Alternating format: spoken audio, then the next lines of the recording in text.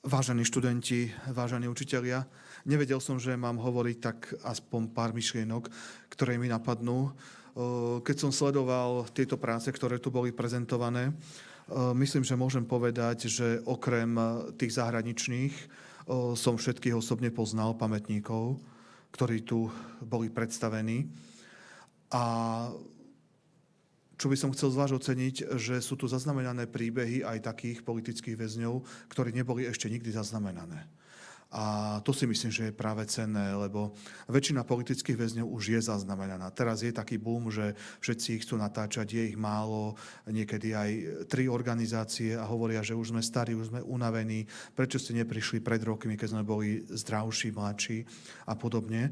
A tí, čo ostali, sú väčšinou takí, čo nechceli prehovoriť, čo majú nejakú traumu, nejaké dôvody. A za to som vám vďačný, že sa vám ich podarilo presvedčiť. Lebo možno roky ich nikto nepresvedčil a vám sa ich podarilo presvedčiť, že tie príbehy tu sú. Aj keď možno sú menej zaujímavé, ale každý jeden príbeh je dôležitý.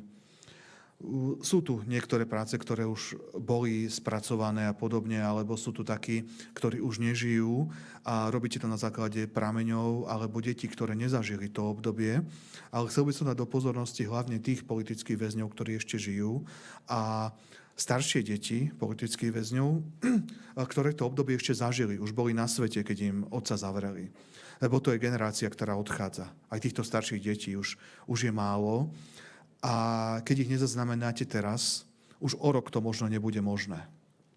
A ja keď robím našich jubilantov do časopisu, tak si uvedomujem, že neprejde mesiac, aby nikto nezomrel. Nie, že jeden, tam je vždy celý stĺpec tých mŕtvych. Ani raz sa nestalo, že by nám nikto nezomrel, že by v časopise neboli žiadni zosnulí.